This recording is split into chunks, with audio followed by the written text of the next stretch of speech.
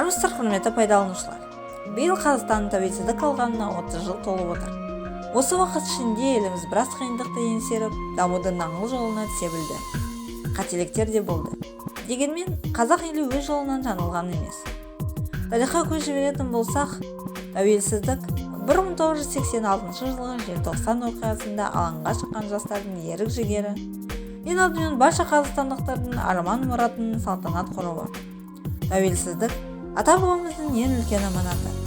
Сондықтан оның мәнін ұғынып, баянды да мәңгі болуына аянбай қызмет ету басты парызымыз. Осыны ұлы тәуелсіздік ұғымы әр қазақтың жүрегінің терең түкпірінен ойып тұрып орын алары сөзсіз. Көк аспанда қыранымыз биікте қалықтап, әр түнді күлі оянып, әр кеште тыныш ұйықтауымыздың өзі осы азаттықтың арқасы деп білеміз. Независимость является главным богатством любого государства.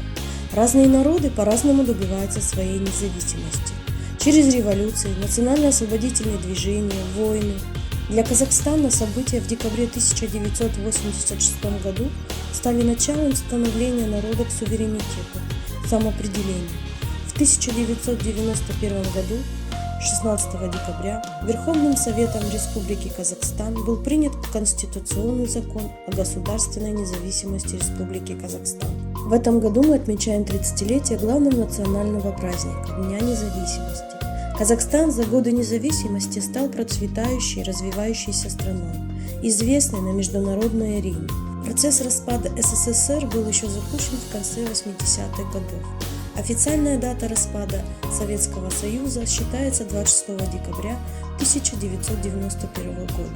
Союзные республики выходили из состава СССР в процессе его распада. Казахстан был последним, кто объявил о независимости в ходе распада Советского Союза в 1991 году. В апреле 1990 году Верховный Совет Республики принял закон об учреждении должности президента Казахской ССР. На этот пост был избран Нурсултан Назарбаев. 1 декабря 1991 года состоялись первые всенародные выборы президента Казахстана, на которых за Нурсултана Назарбаева проголосовало 98,76% казахстанских избирателей, пришедших на избирательные участки. 10 декабря 1991 года Назарбаев во Дворце Республики торжественно принял присягу и приступил к работе в качестве избранного народом президента Казахстана. В тот же день Верховный Совет Республики принял решение о переименовании Казахской ССР в Республику Казахстан. Первый президент Республики Казахстан Нурсултан Назарбаев пробыл на посту главы государства почти 30 лет. Сложил свои полномочия 19 марта 2019 года. Его преемником стал занимающий на тот момент должность спикера Сената парламента Касым-Жомарт Токаев, второе лицо государства после президента. С момента обретения независимости Казахстан стал членом СНГ ОЭС. Кроме того, республика с рядом других стран, входивших в состав Советского Союза, входит в состав Евразийского экономического союза.